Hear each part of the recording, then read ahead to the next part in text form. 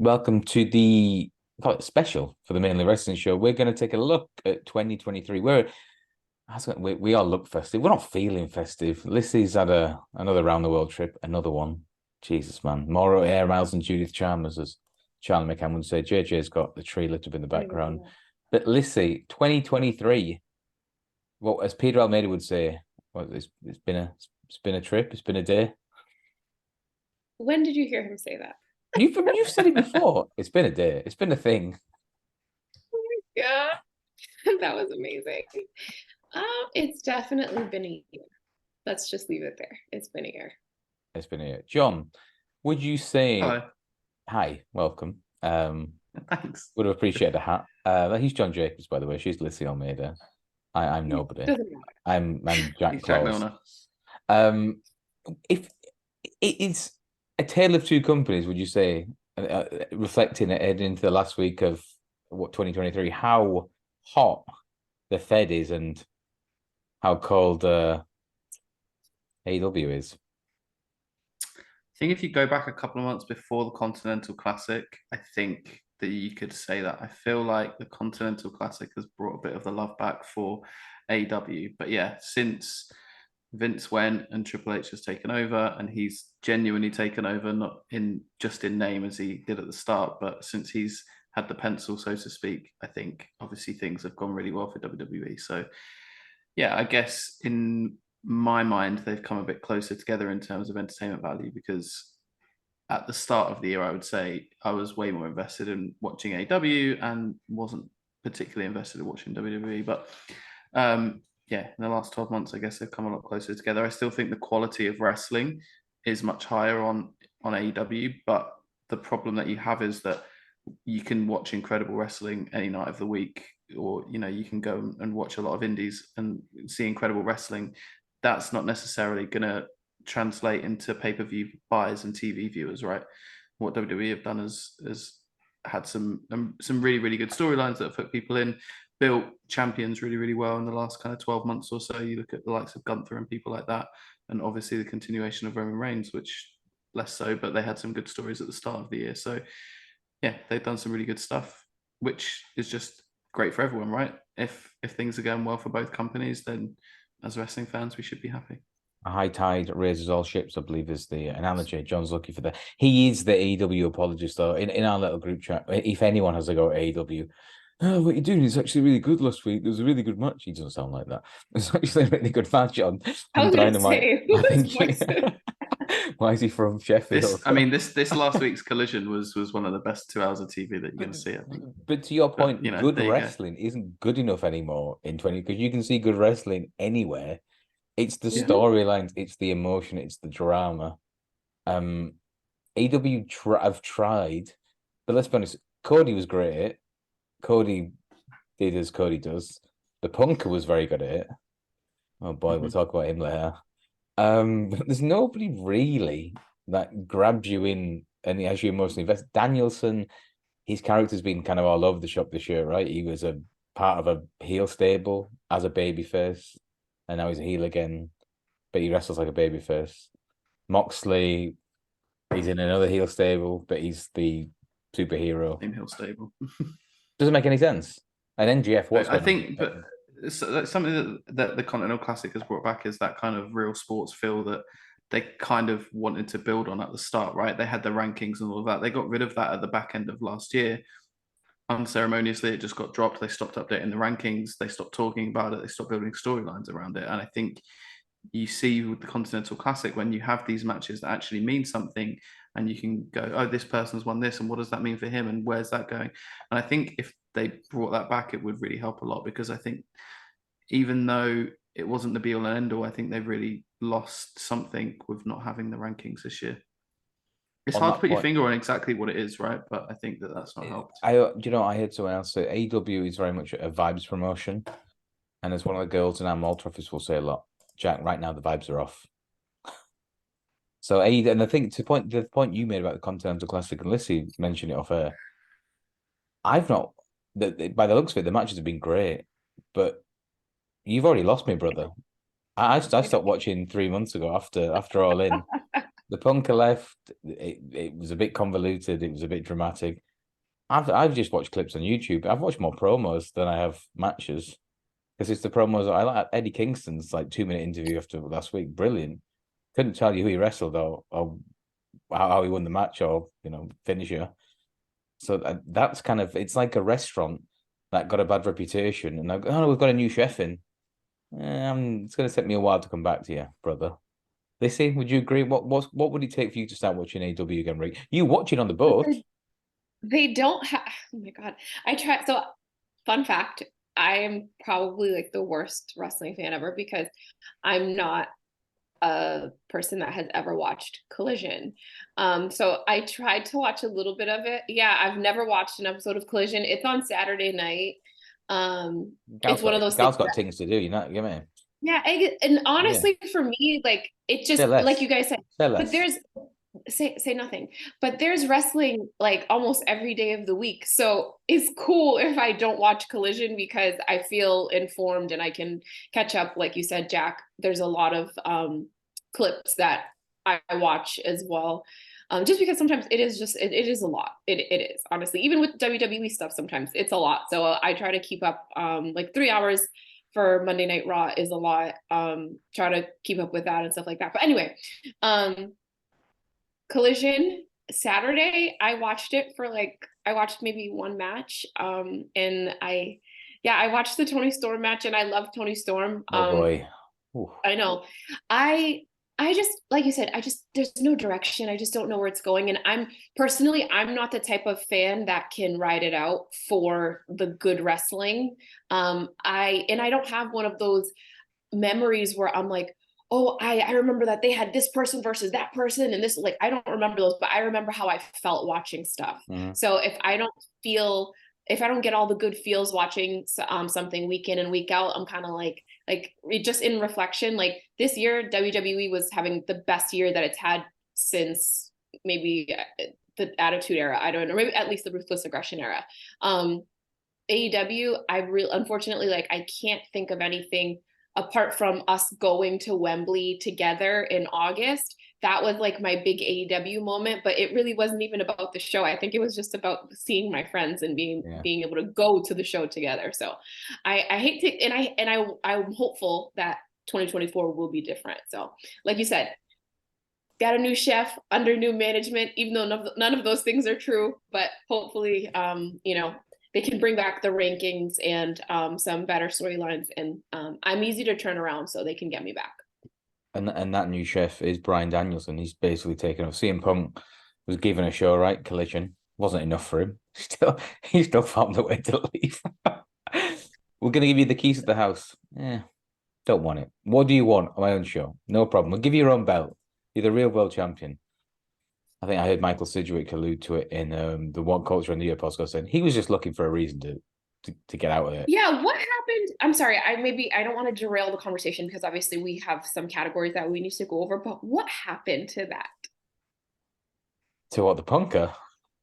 No, like, was there ever going to be a separate champion for Collision? Were there going to be wrestlers that were dedicated to Collision that they're not anymore? Like, I feel like when he left, we were all just kind of like left in that spiral and we don't know what that show is even for anymore. I'm of the opinion there was a soft brand split, or there were people who were basically committed to one show, right? And straight away you got Andrade, Tony Storm, FTR, Bullet Club Gold, Punk, Ricky Starks, a few others.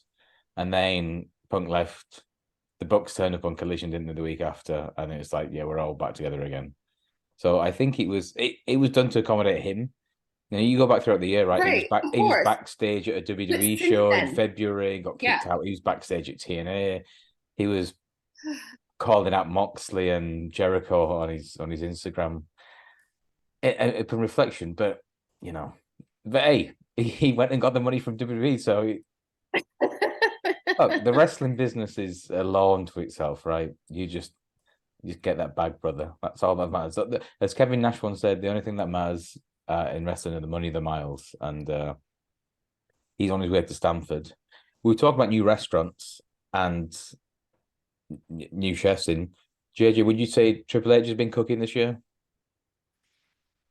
Yeah, I mean, I said at the start, he's obviously done a good job to turn things around. I think that the bar was obviously very low. The end of the Vince era is, probably the worst that WWE has been. I think you look at that last kind of 2-3 years, and it was just kind of very hard to get invested in anything. And now there's lots of good little bits and pieces to get invested in. Even NXT has kind of recovered from where it was with NXT 2.0. I was gonna say Sean is cooking. Sean is cooking. Hunter's cooking. From what I've seen of Good chefs NXT, over right, there. is it not just like loads of hot birds and wacky storylines? Not just, but it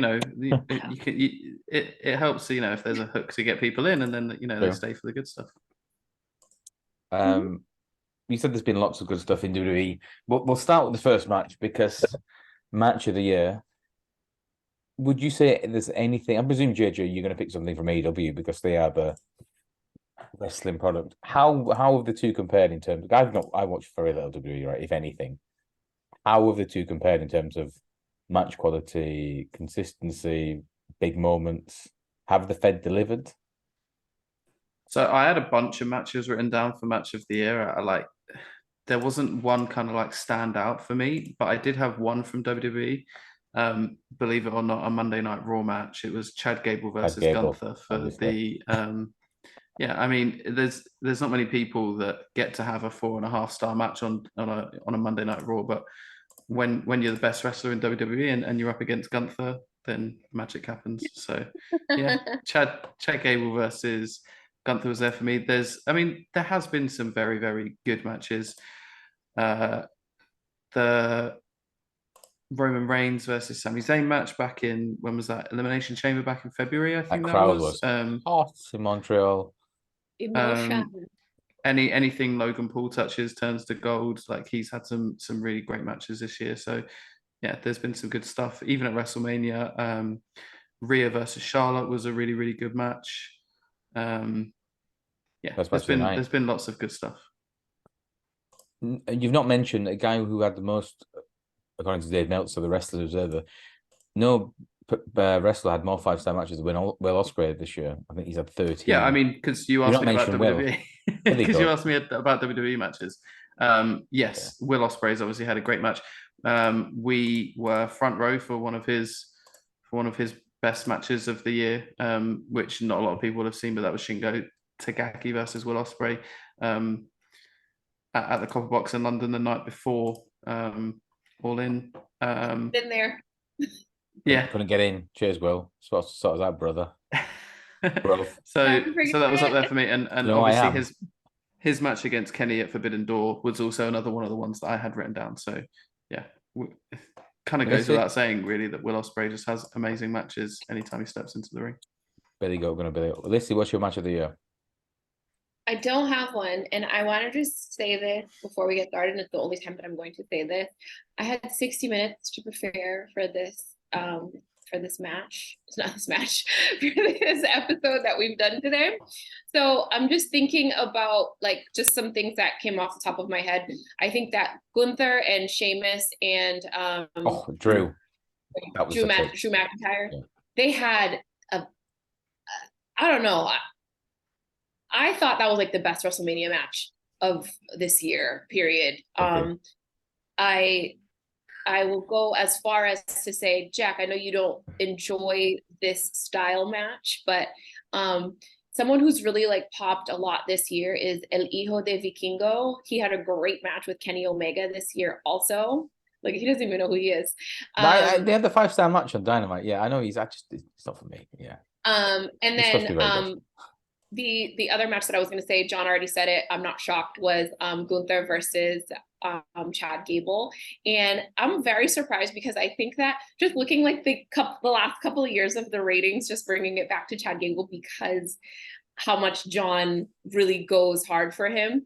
I'm really happy to see him in this conversation and in this realm and just on Raw every single week in good storylines and, they've added Maxine Dupree to their group and it works. It's like kind of random. So sorry, branching off into many things, but those are like my top three without having time to really like go back and watch them. But if I'm going to say my number one, it would be the triple threat, Sheamus, Drew McIntyre, sorry, and Gunther. Sorry, they're like drilling outside my apartment, and I just got home this morning after traveling for 24 hours from Antarctica, so my brain is fried.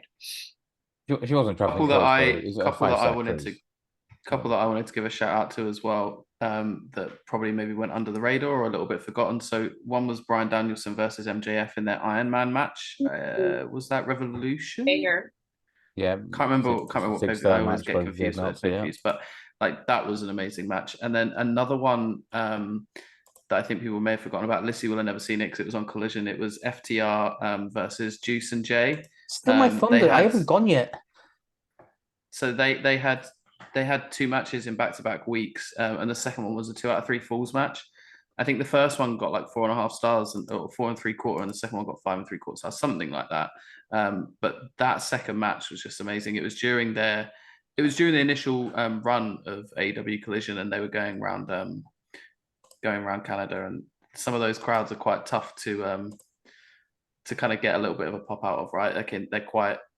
Yeah. There's like a certain type of match that I guess they'll come up for, maybe, or tough to impress, I guess you'd say. But those two matches back to back, and with someone, I mean, we know how good Jay is, but having Juice in that spot as well, I think was really cool, and they just put on some amazing matches, a couple of back to back weeks, amazing matches. So those were a couple that I wanted to give a shout out.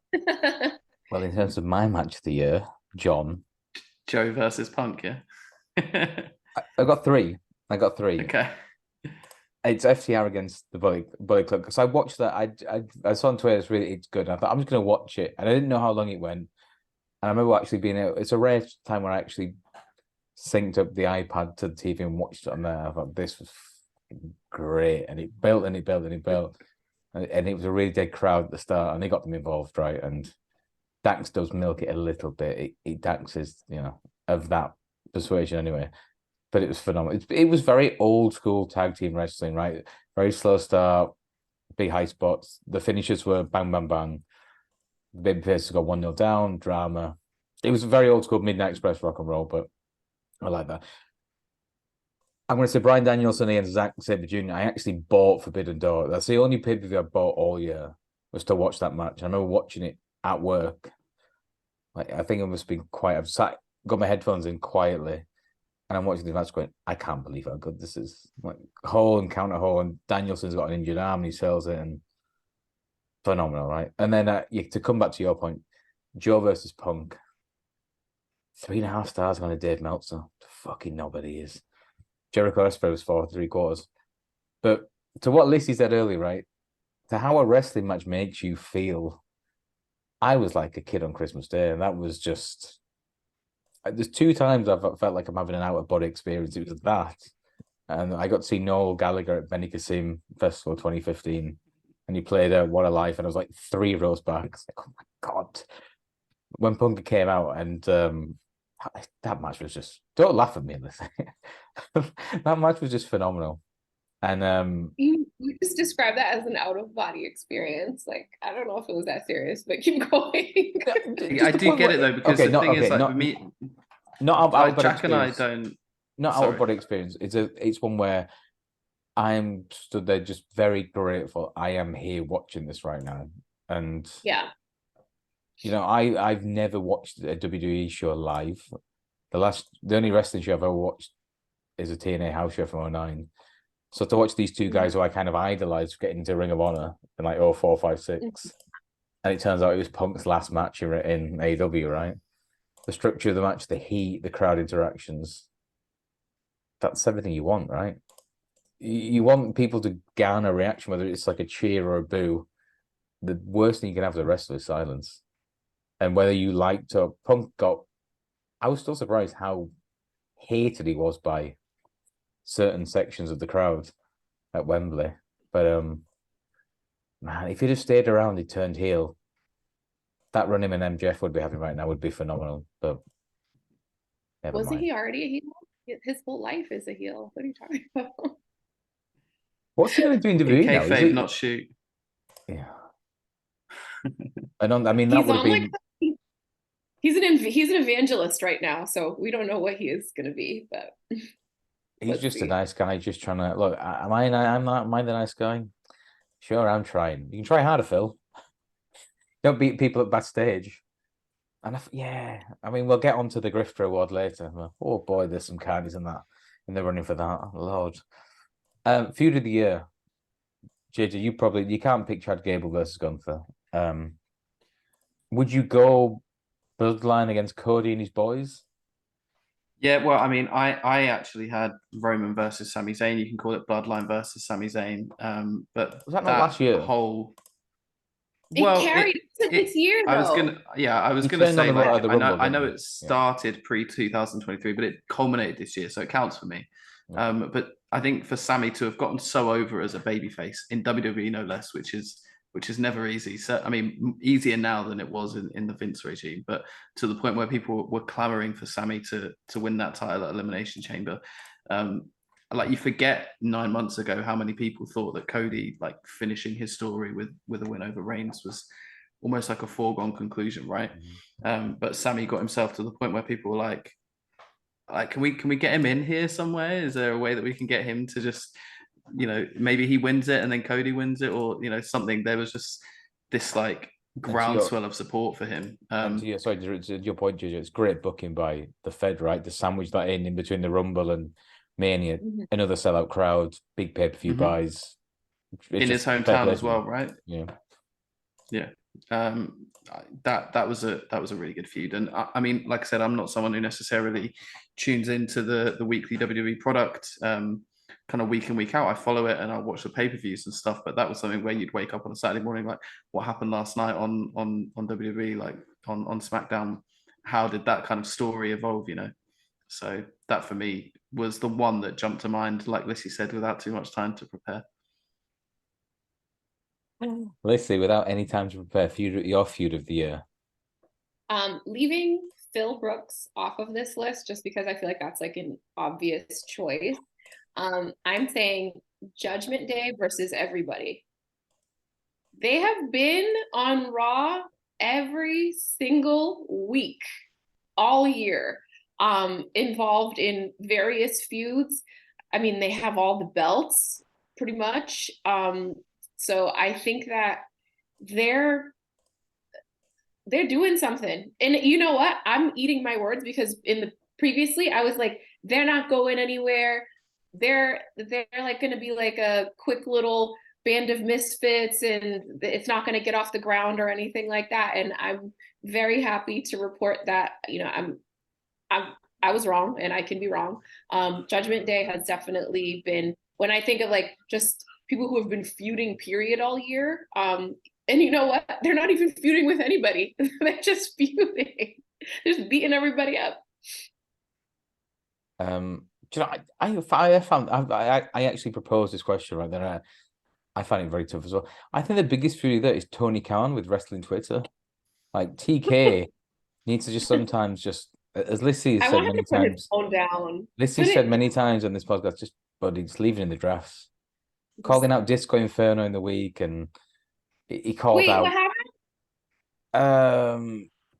I don't know. Just somebody said he posted a tweet after Collision saying, "What did everyone think of Collision?" Disco Inferno replied saying, "The whole thing needs a reboot," and then Tony Khan quote tweeted it like, "You're one of the few people that everyone in the wrestling industry can agree is like I can't remember the word he used. They like unite together to realize you're a fucking fraud and a sham." Yeah. Oh no, boy. And he's not wrong. He had to go DX, right, or Shawn Michael and Triple H before a few months ago, calling them gonna go kick those bald guys' ass or something. Just you think, Tony, you're a chief executive. He gives himself 4 titles, right? This is Tony Khan, the general manager, the chief executive, and the head of creative, whatever. You shouldn't be on Twitter at 3 o'clock in the morning. People are going to start making suggestions of snow angels and the like. But I digress. Do you know every family has like that one auntie or uncle that I don't know why, but they're on Facebook too much and they're writing. they're writing Lord knows what on there, and it doesn't even make sense. Like that's what I'm hopeful that he's not going to get to that level. So hopefully they can help bring him back down. And if the product improves, then he won't have those problems on Twitter. So let's see how we do. He wouldn't, but he will still be on there tweeting nonsense, I'm sure, this time next year when we come back, the latest edition of the 2024 awards. Comeback of the year, JJ, lead the way. For me, it's Punk to WWE. I don't think that you can really say anything more than that. I mean, I say that even though he's done nothing of note on the main roster, but as yet, it's early doors. But it was the talk of every wrestling fan and everyone who was a wrestling fan in the last kind of 10 years, right? Because it was something that a lot of people never expected to happen with all of the stuff that he said. But it was something that every WWE fan wanted to happen, whether you were a fan 8, 9, 10 years ago when he was a big deal, or you've fallen away, or whether you're still watching now. I think you're still a fan of Punk, and it's like get him on over on AEW if you're a WWE stan, so to speak, or just a reason for you to come back and watch if you're someone that's kind of fallen away. So like the numbers that it did, it was kind of money can't buy publicity, right? So yeah, for me, it's Punk back to WWE. Just it's going to be the biggest story and the biggest comeback that we've seen in a long time. Bigger than the comeback to AEW, for sure. Well, I mean, my answer would be the comeback of the year for me is the Fed, just in general. Like WWE being the hot thing. Again, it's basically like this is on par with the year 2000 in terms of everything cooking. They're shifting so many merch. Like Jay Uso's now a huge babyface. Steen, Kevin Owens. Has some Steen and Generico, Sami Zayn, and you've got Cody's now the guy, right? LA Knight, Randy Orton's back, looking ripped as ever. AJ came back, and now the Punk is there as well. Man, there's a lot of moving parts there. Good luck, but yeah, they have got the difference between them and AEW right now. They have stars, and you can't put a price on that. Lissy, your comeback of the year, because I know you're not going to pick Big Phil. Oh, I'm just leaving him off my list for the year. I just want to be clear about that. Just for any list. So obviously Randy Orton came back. I know you already said that, and I couldn't be happier. Think about it. Someone who's been a mainstay on the roster over 20 years. He missed a year and a half. That's a really big deal for him to come back. And I'm glad that they're not letting the CM Punk return like overshine Randy's return also. They're putting him, right in the front. He has his little daddy's home thing that was like super catchy for clips when he came back. So very obviously, number one, very happy to see him. Also, someone we forgot, John Cena had a hell of a run this year, guys. Just turn up, sell the t-shirts, put people over. I know you don't watch wrestling, but thanks to I saw the clips of him in LA Knight. Right. Yeah. So I mean, he came back on the 29th of December last year. So this is where I was going with it, right? So 2022 was the first year that we almost didn't have John Cena wrestle on TV, right? Mm-hmm. So him being able to come back and have such a good and solid run due to the strike, of course, which, I don't think anyone was sad about that, but also not being selfish and like putting over younger talent. Like he had him and Solo, like who saw that coming? True. I don't know they wrestled, so I'll just say yes, they did. Listen, John might be out forever. Who knows? John Jacobs. What? What? What's wrong with you? So John Cena's your comeback of the year, or Randy? It's always Randy, but I think like just overall, it's John Randy. Cena. Daddy's home. It is. It's always Randy, but I think John Cena had an excellent comeback and a great run, and I think that really showed that he can still go at that level after being away for so long. To the same tune as that as well, the comeback of the year that did huge impressions. So it's like before Punk came back, did The Rock turn up in as Dusty Rhodes would say, in Denver, Colorado? When was it not him and Pat McAfee and almost broke the internet on SmackDown? Was it September? Oh yeah, I forgot about October? That. I don't know if that's a comeback. I feel like for example, let me use another person because I'm sorry. This year we usually do men and women, and it's been we've combined things this year because we planned this show in 1 hour. So another person that I want to mention as an honorable mention is Trish Stratus. Thank you, Trish. She came back looking amazing, and we, you know, probably just assumed, oh, she's gonna come back, maybe just one pay-per-view, do a little, you know, some cute stuff. No, Trish was here for the long run. She had great mentorship with Zoe. I know that we all kind of were ready for her and Becky's feud to kind of be over, but I think it was great to come back, especially, I mean, at her age and the amount of time she's been out the ring. So just a testament that women can do it just as well as men can. You could argue, Lissy, she got a really short straw by, they were bumped off the SummerSlam card, right? Kind of at the last minute. Absolutely. And Becky was there just peeling lemons in a kitchen going, well, I would be ripshit. Like, come on. That's a She turned it into, like, Becky turned it into a gimmick and sold t-shirts. Like, fair play to her, you know, complete worker. But yeah, Trish, if we were putting it into men's and women's, Trish 100% gets the comeback of the year award for the fairest sex. A new award this year due to the amount of carnies that wrestling seems to constantly throw away. The #1 Grifter prize. Lissy, I'm going to let you lead the way because there's a few people. No, you start. No, this is yours. You can, like, John and I don't even need to vote. Just go ahead, Jack. I mean, fair play. Matt Hardy's up there every year. I mean, you've got to admire the man's consistency. He's riding his brother until the legs fall off. And I'm pretty sure Pause. Imagine the amount of disdain that one has to have for Matt Hardy to create a category knowing that you are going to put him at the front. So Matt Hardy was banned from Collision, right? And he waited until Punk got sacked, and he was there every week going, yeah, another great match on AW Dynamite. Oh, the Bucks, they were such great boys. I'm so big fans of them. Like, Punk hated him. I hated him. And Matt Hardy took great pride in getting rid of him. That private party storyline, by the way, has been going on 3.5 years. 3.5 years they first signed their contract or stole them away from him. Just, lads, just finish it. Is it Isaiah Cassidy? Just Isaiah. Move on, lads. So Matt's obviously in contention.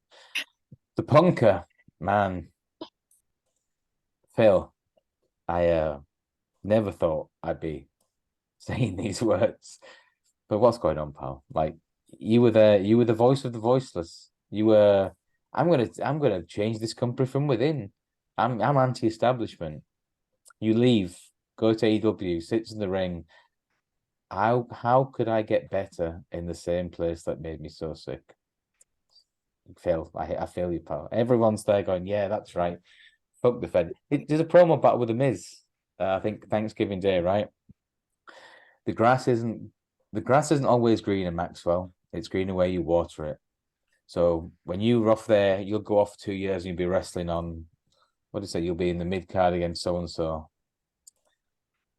and then 2 years later, literally 2 years. It was Thanksgiving weekend, wasn't it? On Dynamite. 2 years later, he turns up, having got himself sacked because he was unhappy with everything.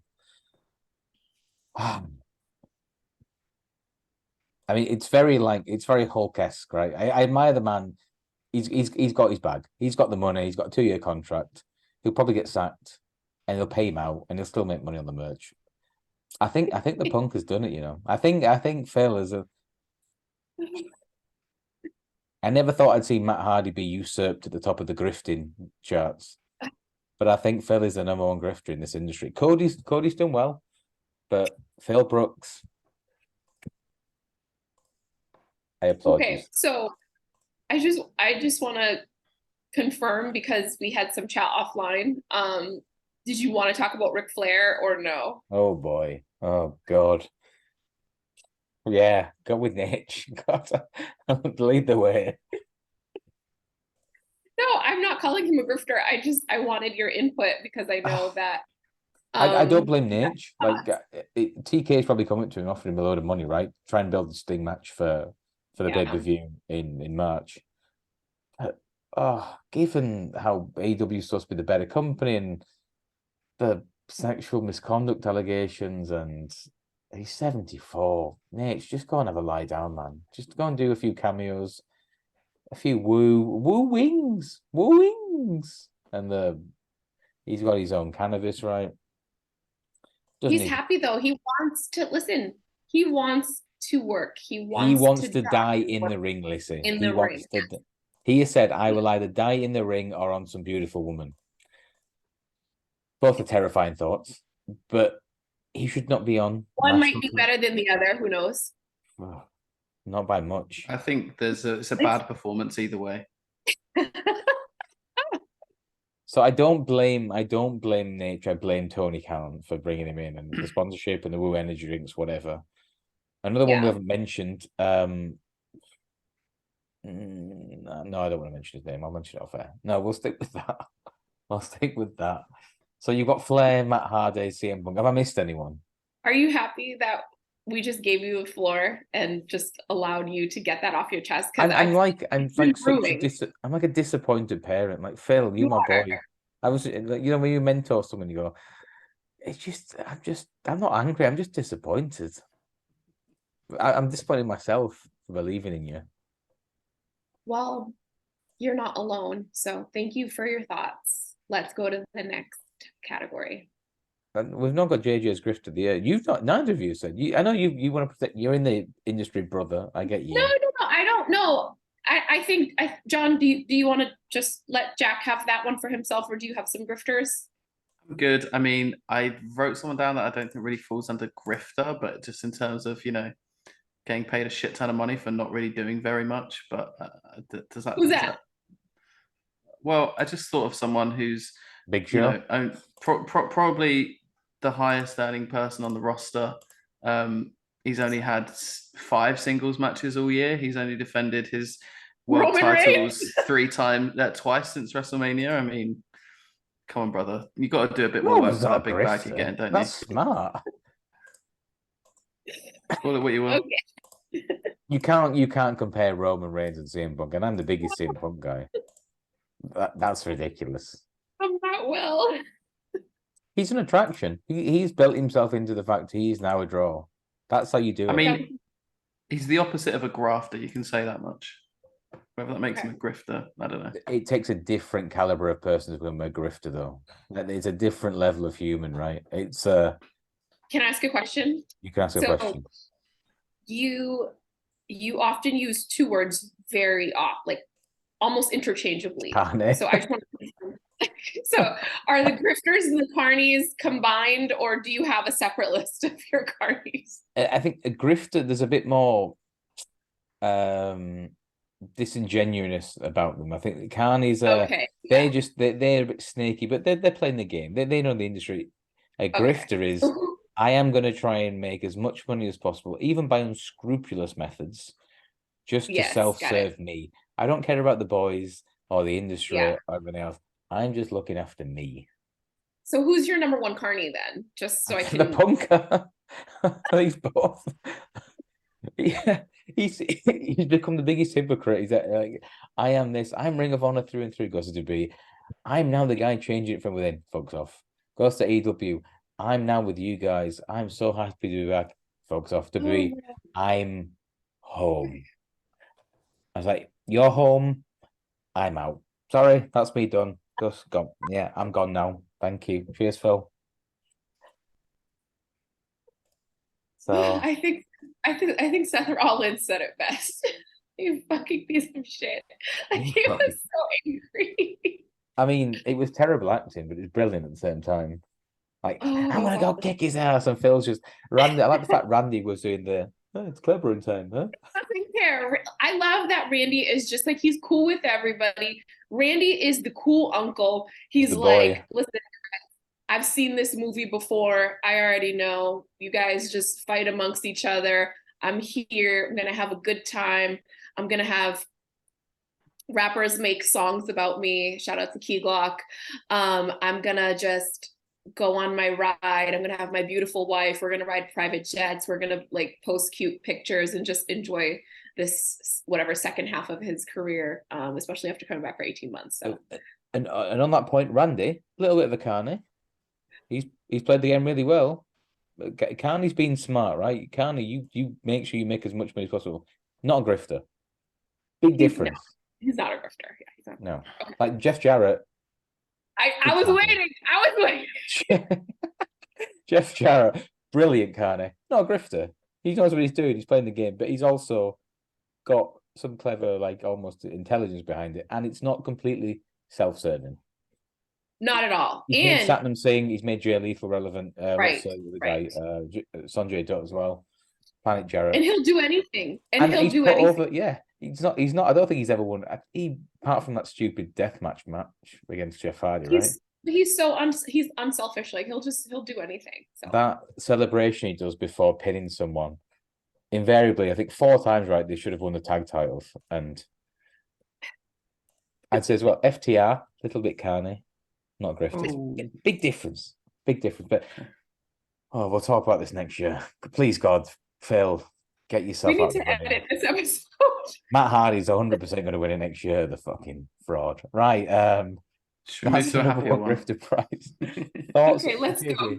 Sum up 2023 and your hopes for 2024. Wait, are you not, brother? We have you didn't want to do Mr. Trajectory. All right. Oh yeah, I got lost by the Carney. Yeah, you spiraled. I got blinded by the grifting. Mr. Trajectory, okay? give me the guy on drink. Mr. I can't even speak. Mr. Trajectory. JJ. Or Miss Trajectory. Who was? Yeah, explain what that means. Who has got the rocket strapped to them? So in '97, you'd say Stone Cold Steve Austin is going like that. The Stinger at the time, '98, Goldberg was like that, and you'd even say, what, 04, 05, Cena and Batista were the two guys. They're going in only one direction. You will have to fill us in, John, because I don't watch hardly any WWE. For AEW, I think we spoke off air saying, for me, the two that I think will be huge are Swerve and Ospreay. Yeah, Swerve is who I had written down in terms of trajectory. I don't think necessarily the signing of Will Ospreay has meant, like, sorry, I don't know what's happening with this fucking light. Has seen necessarily a big bump in his trajectory at the moment, but I think for Swerve, you could say that in the last 12 months, he definitely has. Like at the start of the year, he'd only been in AEW, 9 months? He was having rampage matches against the likes of Brian Pillman Jr. and Dustin Rhodes. Got saddled with Parker Boudreaux. They didn't know, really what to do with him. It was in a stable that didn't really work. Now he's ending the year, on screen with MJF. He's not looking out of place, going toe to toe with him on the air, having some brilliant matches in the Continental Classic. Like, for me, he's a shoo-in to be world champion in the next kind of 12 to 24 months. And I don't think that's something that you would have said 12 months ago. So yeah, for me, he's number one. And WWE? I thought sorry, my headphones have cut out. Oh, we lost him. I hear a lot of clicking. Unlike AEW booking committees. Lissy, give us your Mr. Trajectory for 2024. I was just going to build on that, though, because like you guys are kind of set on Will Ospreay and Swerve, right? But I think that in mentioning the two, they kind of have different goals, right? I think that you back, buddy? Okay, I think that somebody like Will Ospreay, right? He can work wherever the hell he wants. Let's just be very honest, right? I think it was more of a AEW is the best fit for his goals because he is Mr. Japan. He still wants to work shows in the UK. He wants to work shows domestically. And I think it's nice that he gets to be able to work shows in TNA as well as AEW and still be, signed to AEW, right? So I'm not saying that Swerve may not want to do that, but I think that he's really put a lot of his focus on becoming like the man in AEW. And I think that his feud with Hangman actually gave Hangman something to do this year because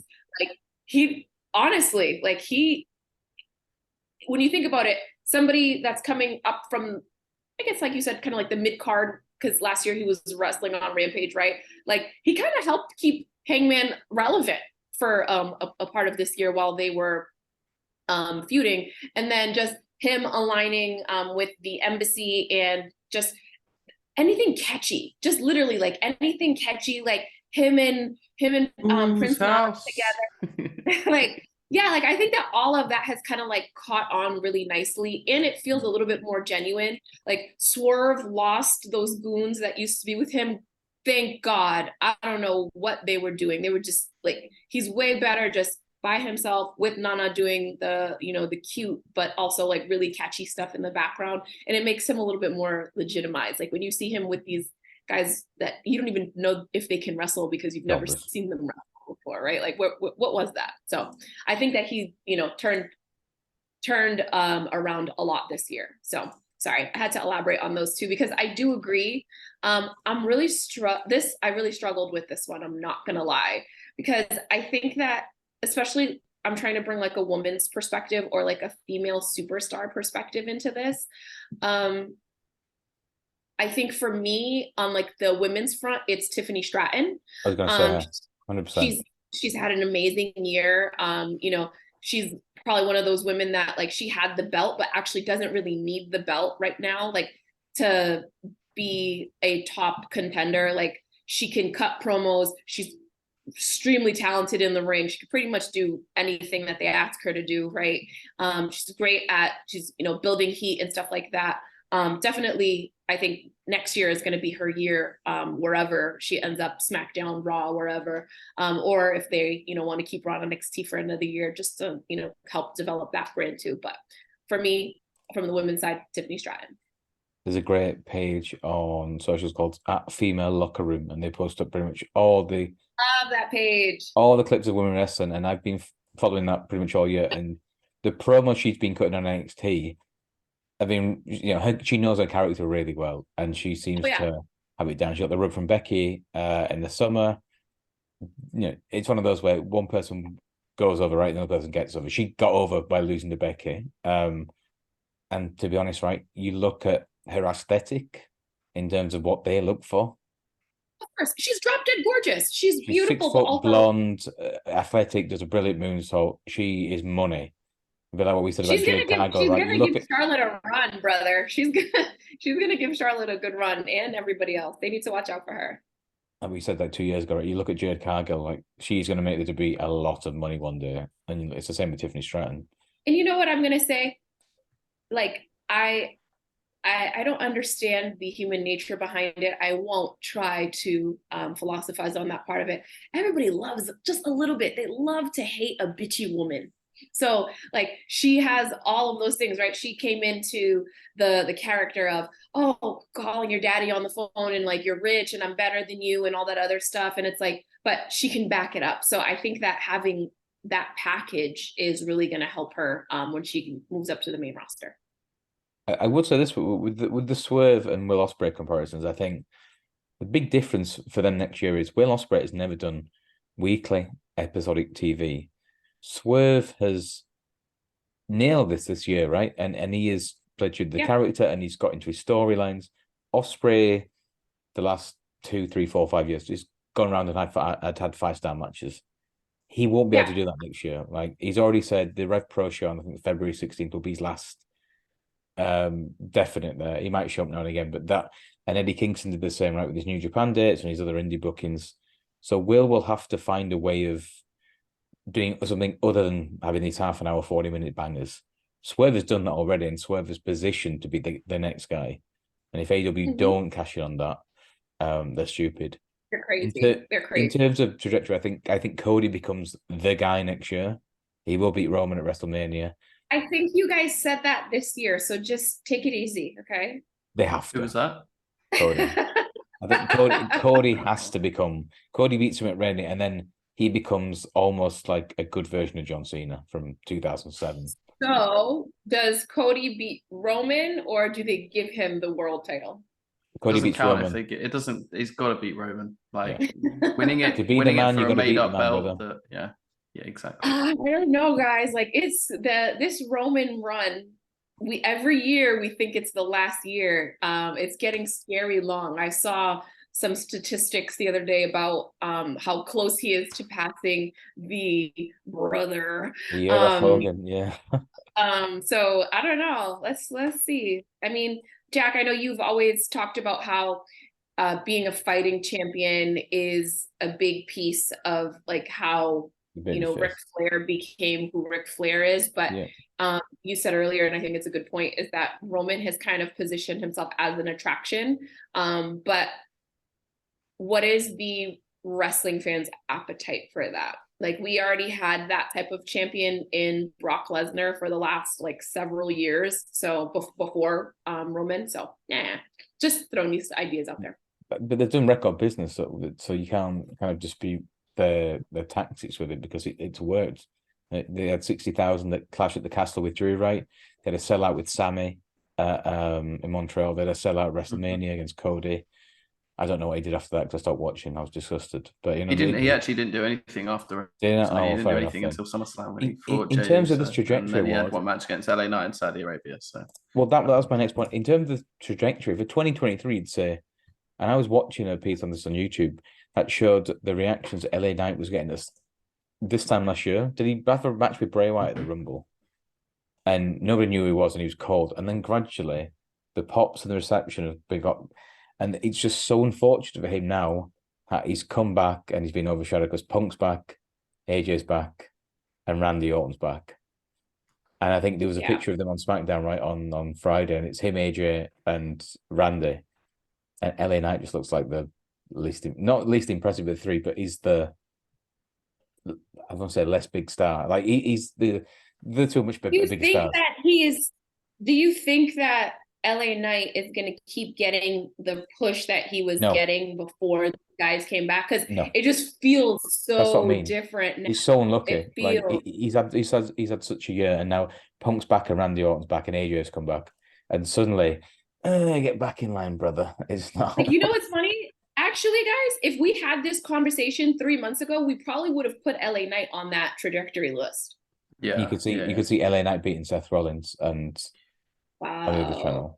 This is what didn't make sense to me. I didn't understand why they put him in a world title match with Roman Reigns because he was never going to win that match. Does he come out of that match as a bigger star? Like, he's not really, has he? It's just like, okay, you've had your match, back of the line kind of thing. So almost like, why give him that so quickly? I remember when Bray Wyatt came back with a Fiend gimmick, and then it was like, oh, they gave him that the world title match against Seth, I guess it was. And it was like, why do that so quickly? Because you don't want to put the belt on him. So then they had that like weird ending to that Hell in a Cell match where it just got thrown out, right? And it was like, why put them in that position if it doesn't actually achieve anything? You could have built him up and built on that, like the fans wanting him to be something, and then I don't know, giving him an IC title win or a win against. It's not going to be Gunther necessarily, but you know, a win against Seth Rollins. That's something that you could believe that he could do. So didn't really make sense to me why they would put him in that match against Reigns. Amazing spot for him, and obviously he was super over. But then what comes off the back of that, you know? There you go. I can't remember what the questions I was supposed to do. The Joker card to finish with, because we've gone long enough. I'll pick a surprise question. Lissy, put a question to us that may not have thought of but previously. I know you've had no time to prepare.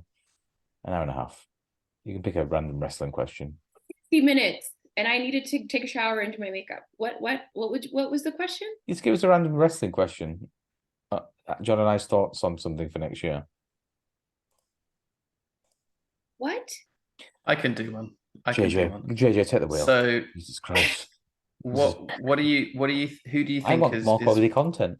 So who is more likely to finish their story? Is it going to be Punk genuinely main eventing WrestleMania? And I mean genuinely main eventing, not just night one of a buy one get one free extravaganza, but actually closing the show? Or is it Cody winning the title off Roman and winning the title from Roman, not the pretend one that they gave to Seth? I hate you. I think both happen, and I'm not sure. I think Cody will.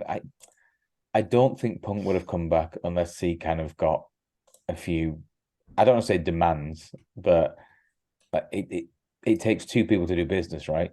He comes back and he wants a job.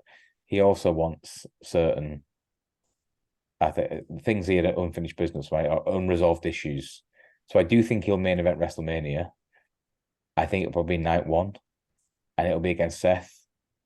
and I think Does that Cody count? If it's night one, does that count? I think it counts to him. It's like a moral victory, Stop. right? Stop. What? With the night one, night two. Stop. Just He leave just it wants to alone. say Listen, he main evented at WrestleMania. It doesn't matter about the caveats. exactly. Yeah. Exactly. But you, It's but it's like the equal way that they fill do points. WrestleMania these days. They'll say, oh, like, you know, there's the last two matches of the night, they're all co-main events. Like, so if you give him one of those and Yeah, he's it's a lot. third from It's the end, does that count? Like, I feel like it's closing out WrestleMania is the genuine main event, you know? well, Because traditionally, I mean, go on. but you have to remember that like we're too old school sometimes. And John, you're very progressive, so I'm shocked that this question is coming from you, to be very honest. But like, this is kind of on the same tone of everybody gets a trophy, like, oh, you guys all did a great job this year, so we're gonna have two co-main events or whatever. And then there's the idea of, is there a men's and a women's co-main event or whatever? So I think as long as he gets in something that's called the main event, he'll be happy. Yeah. Like you said. Yeah, I think as long as he can say at the end of his like series, has Punk ever won the Rumble? Yes. Wait. I don't know. I've feel like he has. So I think whatever he hasn't done, he wants to go back and do. So I think he will main event WrestleMania. He'll win that new belt. But I think if Cody doesn't beat Roman, who does? Okay, so is your answer then that you think that Punk is going to win the Rumble, challenge Seth, and that's it, or you think that he's gonna what's win Raph's the prices? elimination chamber and challenge Seth, because whoever wins the Rumble is going to challenge Roman? I think 100% the two main events will be Cody versus Roman night 2, night 1 Seth versus Punk. And I think the poor women, whatever they do, Papa H doesn't give a shit because this is already locked in now. I don't see this has been written. This has been written. So I think, like you said, I don't see anything, and I feel sorry because if any like women's wrestler does get hot, like it's still they have got no chance of getting anywhere near that main event. I know Charlotte's out now for about 9 months, right? And speaking of women's wrestling, now that since we're just asking free for all questions, when is Rhea's title reign going to be over? Just so I know. I don't see her losing it anytime soon. Yeah, me either. Like, she's more over now than she was at the start of the year. I think like she's leading the Judgment Day, who, you know, they have done amazing this year. We already spoke a lot about them. Like, she basically runs that stable now. So I don't see any reason to take it off her. I think the way that I view it is, rather than saying, you know, how do we get it off her? It's like, wait until there's a reason to, you know, and that could be a Jade Cargill Rumble win, or that could, you know, there's stories that they could build. But like it has to be meaningful, and we're talking about people that we have that are coming up that are going to be slated in those top spots, right? Charlotte's out. Becky's kind of in a weird spot for the first time. Like, she's in I don't know. It's kind of like in an in-between, because she's having some interesting feuds going on, but nothing that's like super top. Especially, she's coming off of that big feud at the beginning of the year with Trish. So I don't know. This second half of the year has been a little slow, in my opinion, for her. She's playing the veteran kind. I'm just going to go and make these young guys brother. Let me go and help them out. It feels like this is a feature of Hunter's booking, right? It's like the long title reigns, obviously ongoing with Roman. Gunther's having an unreal IC title reign.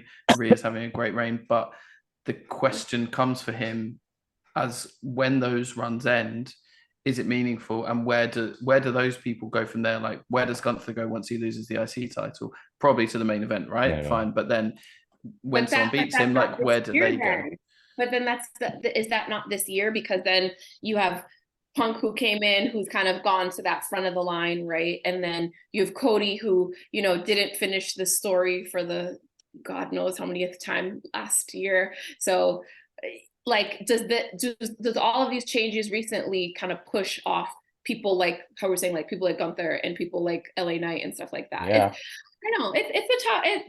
this isn't a bad problem to have either, by the way. Like we were begging for this a couple years ago, so You're a watch it's with nice. stars. It's just how you book them all. This is like, again, WWE 2000, 2001. How do you get them all on the card and in meaningful storylines? What do you do with Randy Orton?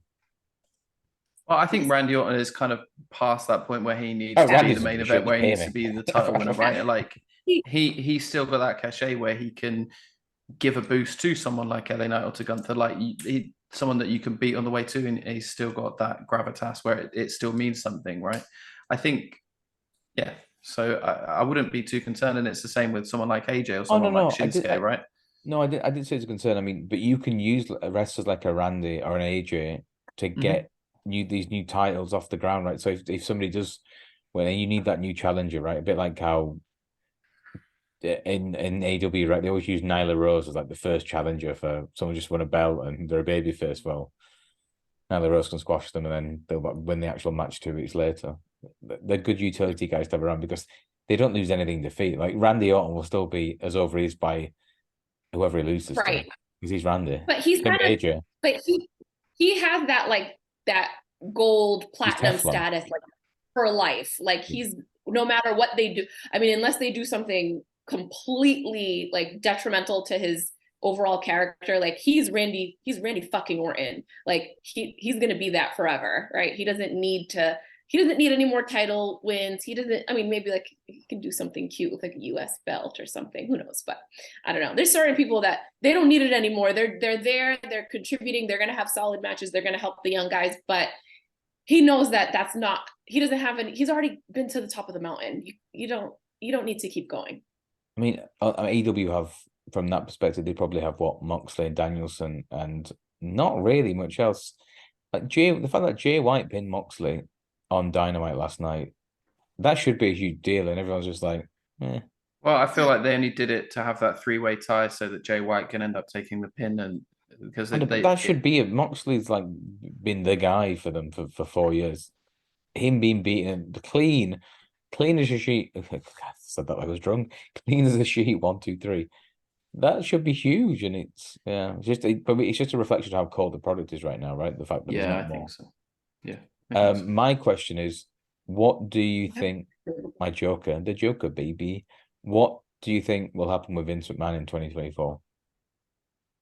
I think he'll sit on his couch, collect his money, and hopefully Vince McMahon's going to sit there, do nothing. Again. Well, there's not that much. There's not much he can do. Like now that they've like had this, I don't know what the correct word is, but merger with the UFC guys, Endeavor. That's who it is. His hands are kind of tied, right? Like he's still executive chairman. Yeah, but they know what they're doing. I think he's kind of been pushed to the side, right? And I don't think he'll be happy about it. He'll take just kind of got to accept it. No, he's gonna try it one more time. He has to. Like he's Vince. He has to try it. Vince fucking McMahon. Yeah, like even if nothing comes from it, like he's gonna at least shake it up a little bit. If he gets the opportunity to do it, he will take it 100%. Yeah, I mean, he's kind of been moved out very smoothly, and Triple H is like he came back. People forget he left and then he retired and then put Stephanie in charge and then just got rid of her. Like, no, I want to do this bit. If I'm gonna sell this thing, I'm gonna be in charge. Like, all right, and then picture of him and Nick Khan and Triple H at the stock market, right, with the Endeavor guys and TKO. And then, oh, by the way, Vince, you're going to still a chairman, but we want you to have no involvement in creative. Like, sorry, what? Just stand in the corner. Turn up at the. They had to stroke his ego they had to stroke his ego to get the deal over the line, right? They did all this stuff, and they had that press conference with oh, Vince is this, Vince is that, Vince is amazing. Sign the deal. See you later. Like they're very smart people, and they knew what they were doing. He's a 76-year-old billionaire with an even bigger ego. He's not going to like that. And he's not going to take it lying down. In my thing, ambassador, guys. He can go to the fights in Saudi. Him and his bonus son, Mark Calloway. His bonus son. They can do all. Sonny always wanted, but never had. Hair worker. Yeah. There's like 3 of them. Him, Sean, and Hunter. But like he can still do stuff. I feel like they can find some work for him, but also I think that they're especially because this is not what it used to be. You know what I'm saying? they have a lot more to lose now that the UFC is involved and things like that. Like, they can't take another scandal. So they're going to be very, very, very careful with the amount of responsibility and exposure and stuff like that they give him. Because and the thing is, sorry, go on, Lissy. Go on. No, I was just going to say it's touch and go sometimes with those situations, and especially if things are going great, they're making money, they're doing numbers, and Vince isn't involved. Like, they might try to push him out. We'll see. That's what I was going to say. Like, business-wise, there's no need for them to do anything different. Like, since Hunter has taken over, him and Nick Khan and whoever else is there backstage making those decisions, they've been doing the best business that they've been doing in years. So there's no reason for them to shake it up. Just carry on doing what they're doing. And, you know, with Hunter and HBK at the wheel at NXT, like, they're doing what they need to do. So that until that changes, there's no reason for them to do anything else. Not best business in years, best business ever. They are chopping it off, like, period at the T. Yeah, I mean, I mean, so I'm saying, like, in terms of like pure numbers, yeah, best business. I saw your notes, right? Lissy. In terms of pure numbers, like, best business ever, but as well, like, in terms of creative and how well that product is getting over. When you're looking at like social metrics and stuff like that, all of that is doing amazing as well. Not necessarily like, but I don't know. Maybe it is the best ever in all kind of avenues. In every metric going, that they are literally doing unprecedented business. So why would you change it? Right? Just for me, right. Vince is just, I just don't trust Vince. I think he's always up to something. He's gotta try. He's gotta try. Like that one guy who's been caught trying to escape jail like 2 or 3 times. Yeah, okay, I won't do it again. He's gonna have to try one more plot, and then I'll throw the towel in. God love him. And finally, what are your excitement levels heading into next year? What are you gonna? Do you think you'll be watching more or less of anything of a particular product? Is anyone you are looking forward to see the rise or the development of? Yes. So really quickly, because we haven't touched on this company a lot. When we were talking about comeback of the year, I'm really happy that TNA changed their name back, and I hope. I really am. Like, I was so excited for that. So I'm actually very excited to watch their brand more this coming year. I think that they've, like, really in a quiet fashion in 2023, they've been getting better talent and having a lot of good quality matches and stuff like that. So especially with the way that AEW is performing, TNA has a chance now, so maybe they can step into that number 2 spot. I'd love to see them do it. Wow, that would certainly put the cat amongst the pigeons with AEW. JJ, you will be watching more or less next year, and any particular product? For me, I imagine it'll be about the same. I mean, like we've said, the excitement for AEW kind of week to week is lessened a little bit, but I'm still someone that will get up on a Thursday morning and throw Dynamite on. And I've been watching more Collision. As Lissy said, it's hard to watch. It's on a Saturday night. I have very busy weekends with the kids and stuff. It's hard to tune in on a Saturday night or a Sunday morning for Collision. But I said I've been watching more of it when I can. And it's actually a really, really good show. It kind of goes under the radar a little bit. So yeah. I think it's going to be the same. I'll watch all the pay-per-views. I'll probably watch AEW weekly, and I'll keep up with WWE and watch the bits and pieces that I have time to, and things that kind of stand out or that I hear are really, really good. I don't see that changing too much unless AEW kind of really falls off a cliff and I end up maybe watching more WWE. But at the moment, I think that's the way it goes. Yeah, John is such a company man. I really admire that about you. I'm not like, it's not genuinely for me. It's not the company like that. I don't watch AEW because I love the company. Like, I grew up as a WWE fan, right? But it's just for kind of the entertainment, the wrestling. I don't have enough time to watch all of it. If I did, then I would. But for the wrestling that I personally enjoy, AEW kind of meets that better than WWE does at the moment. And like we've said, WWE is getting there. It is doing a lot better, and I am more inclined to watch more of that stuff and a little less inclined to watch AEW at the moment. But it's not because of any 3 initials. It's just because of the people that are there and the way that stuff is done at the moment. And it can change. Of course. Yeah, I'm never someone that's like, oh, I'd never watch WWE, like, or, you know, I only watch AEW. I just watch what I enjoy watching. Would encourage anyone else to do the same. Don't, you know, if you're someone that sat there when AEW signed CM Punk and were like, why are they signing that guy? He's a has-been, you know, idiots. And then as soon as he comes back to WWE, you're like, oh my God, CM Punk is the best in the world. Like, you know, then you just that's a jab at WWE Gareth if you're looking to follow him on Twitter. Like that stuff I just don't understand. But just, you know, watch what you enjoy watching, and don't be beholden to 3 initials, no matter what they are. Yeah, we're being word of the year in 2023, tribalism.